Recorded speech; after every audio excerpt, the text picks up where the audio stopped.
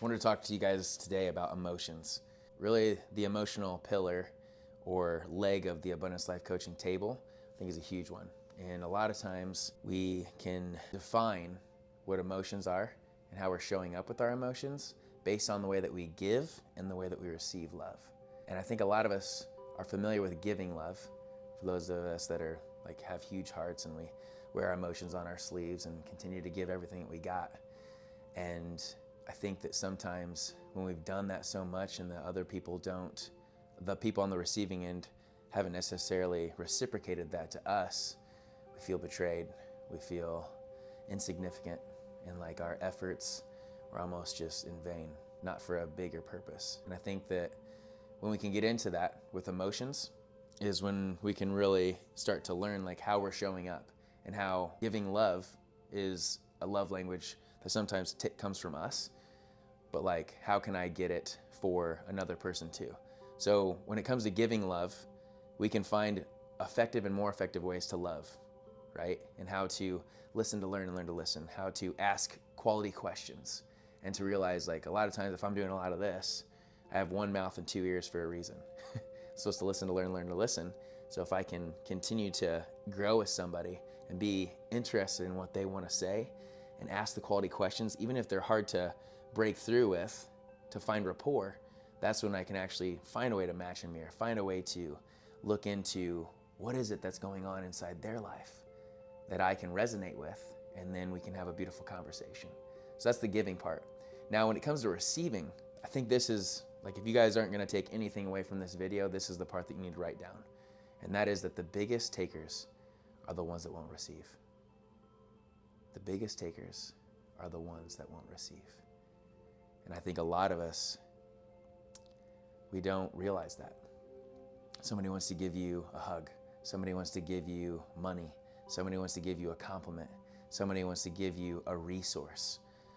And there's just so many times where we feel that we have to be independent. We feel that I can't let anybody into my heart.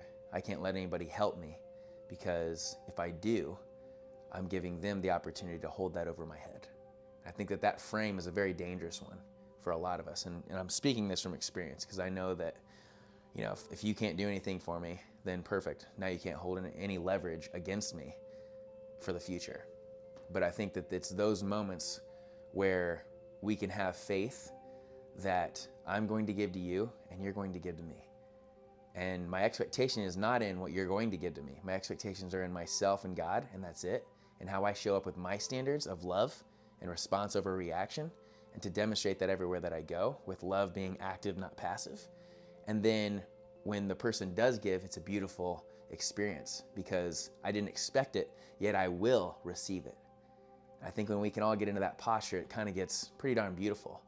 Because I think that, let's say that I want to give you something and it's for sure going to help. There are some times where people are giving you things and it's not going to help. And you say no for a reason. Let your yeses be yes and your no's be no. Yet, sometimes we say no when it is good for us. And sometimes I say N-O before I K-N-O-W, right? I'm saying no before I actually know what's going on or what they meant by what they were attempting to give to me. And I think that that's what's so beautiful, is I can find out, ask more questions, and then take on whatever they wanted to give to me. Because when you don't let that person give to you, they wanted to bless you in that way, you are robbing them of that experience. The two commandments are to love God and love others. So when you're not allowing somebody to love you, you are taking that experience from them. And unfortunately, that's ego, which is edging goodness out, versus e-guy, which is edging goodness in. And that's what I think that a lot of us, we can just become better and find ways to communicate, find ways to listen, find ways to give to each other, and then also receive. Because I think one of my favorite things too, I've said this before, I'm gonna say it again, and that's the depiction of heaven and the depiction of hell. And this guy drew a really beautiful concept of where hell was everybody's around this cauldron of food. It's delicious and nutritious, right? A bunch of green lights and yellow lights, a bunch of grellos. And unfortunately, everybody's around that, and they have these deformities from their elbows out to where they can't reach their mouths. And they're all starving, and they all die. And that's the picture of hell. then you go to the picture of heaven. And what you find in that picture of heaven is that everybody has the same exact situation, same food, same cauldron, same people around, same deformities, but they're all smiling, they're all healthy, they're all looking good, feeling good, and moving well. And the only difference is that instead of doing my best to feed myself, I chose to feed you. And that's what's cool, is like, we would have to also be on the receiving end of that as well. Instead of being so focused, oh no, I gotta do this, or I gotta give it to everybody else. Let somebody feed you too. And to see that this symbiotic place of reciprocity, place of giver's gain, and a place of how we will allow people to give to us can actually exist.